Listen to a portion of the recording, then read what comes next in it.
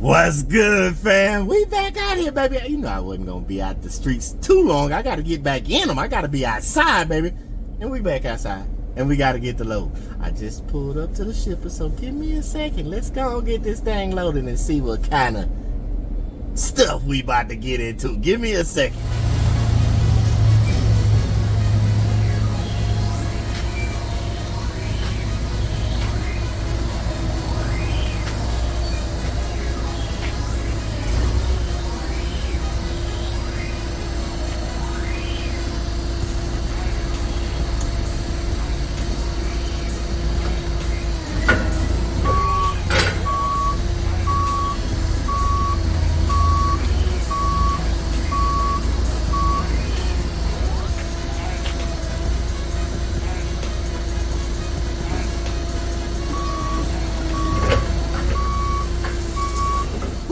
Fam, we loaded, and man, it is hot out there.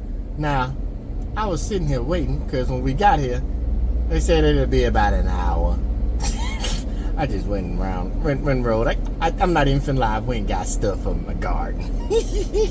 Don't worry, it wasn't nothing major. Just a couple of knickknacks for the garden, and I came back.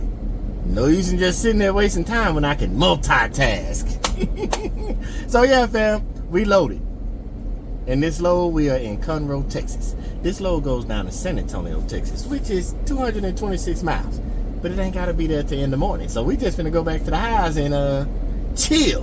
And I'm going to pick y'all up. You know how we do. It's going to be dark nighttime riding, but it's really early in the morning. We're going to leave about this thing early in the morning and get it on to San Antonio. But since I'm not picked up the garden stuff, I'm finna go back to the house and go mess around in the garden. So yeah, I'm finna chill, relax, mess around in the garden, get some food, and I'll pick y'all up when it's time to ride out. Just get patient, let your boy get some relaxation, and I'll tap back in with you in a little bit. You already know what time it is, fam. I ain't even gotta explain what already should be understood, baby. It's time to go get it, and it's nighttime, and you know what I mean, it's nighttime, right? Well, it's early in the morning, it's like 3-something, but hey. 3-something don't stop a thing, baby, because it's time to get up this road and get this load dropped off. Let's go and get to San Antonio, baby. Don't worry, you're gonna get the ride with me. So let's go and get busy. Yeah, I gotta go stop and get gas on the way out, but I got about 100-something miles before that time starts. So let's just go ahead and ride out, get this gas, and get this load up out of here. Give me just a second, baby. I'm gonna tap back in with you.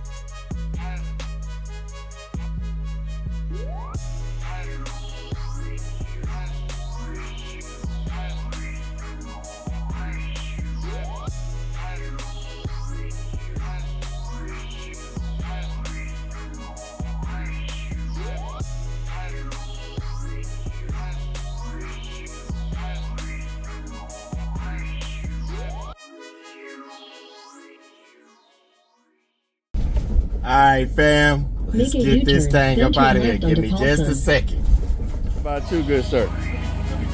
What you mean? How could it be better?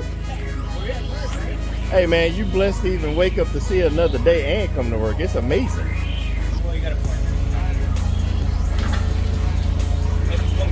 That's correct. Just this one.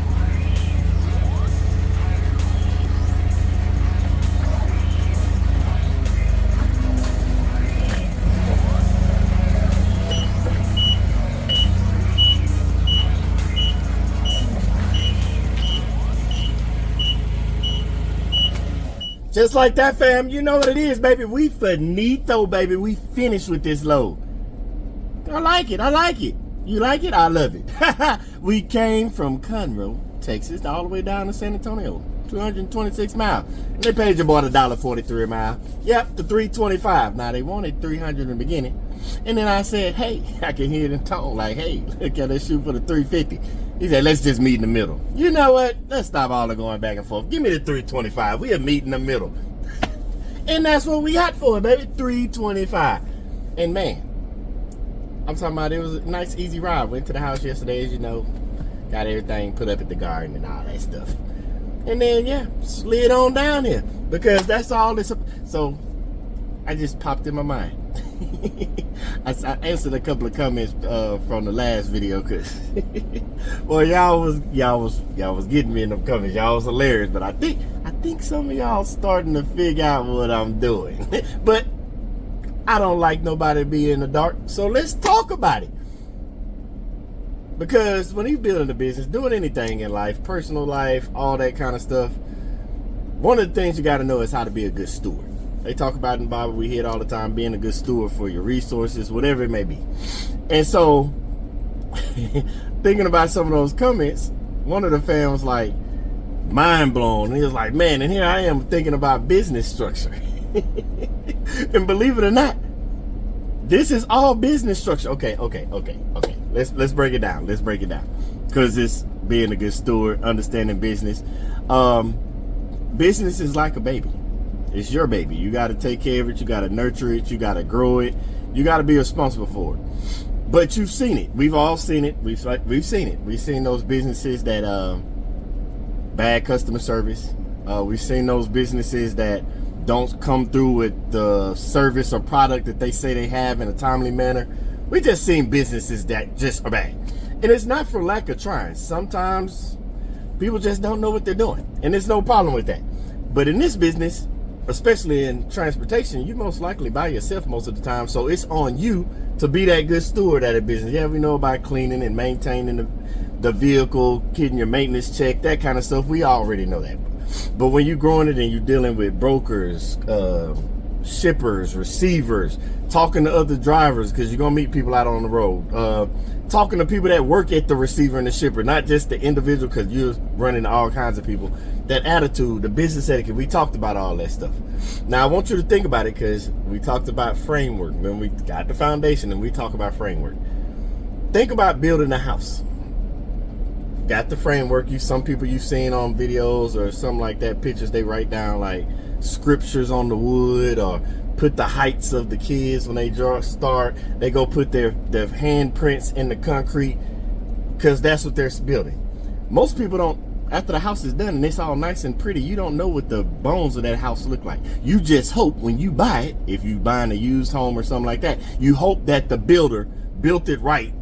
They were good stewards and built it to the specifications, built it right, did a great job. And yeah, we're not finna get into the comments and start talking about the home builders that do bad jobs and all that. This is just to understand the framework. So use that thought process, but for business.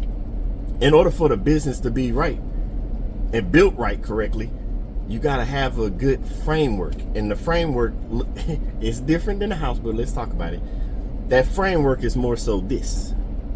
Sometimes this, because you got to have heart, you got to have compassion, but sometimes, business gets a little cutthroat and you got to take the emotions out of it and you got to be logical. So it's your mindset.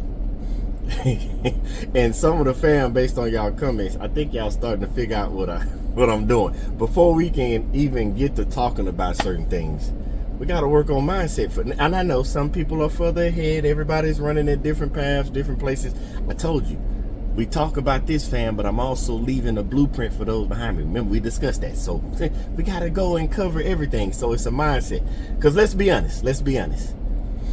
If we jump straight in to talk about business insurance, medical insurance, dental insurance, trust funds, how to set up trust funds, which type of trust you need, how to set up living wills, or we started talking about where to put your money with index funds, UILs. If we started going down that route, it might throw some people off, because, it's like we said in the past when we was talking about gatekeeping in the live, you have to go talk to people about these things. And that means maybe have to pay for a service, or your mindset has to be right.